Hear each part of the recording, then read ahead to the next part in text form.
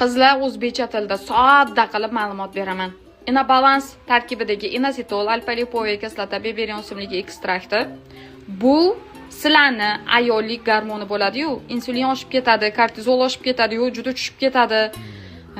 Melatonin, shunaqa moddalar, to есть gormonlar o'zgaruvchan bo'lganda ayollarning organizmi ishtahasi ochilib ketadi, uyquchan bo'lib qoladi yoki asabiy, jizzaki bo'lib qoladi, stressga moyilligi oshib ketadi. Ayollarni semirtiradigan gormonlar o'ynab turgandan keyin sizlar ming dieta tutsanglar ham, sportga borsanglar ham, ozdiruvchi любой narsa ichsanglar ham ta'sir qilmaydi.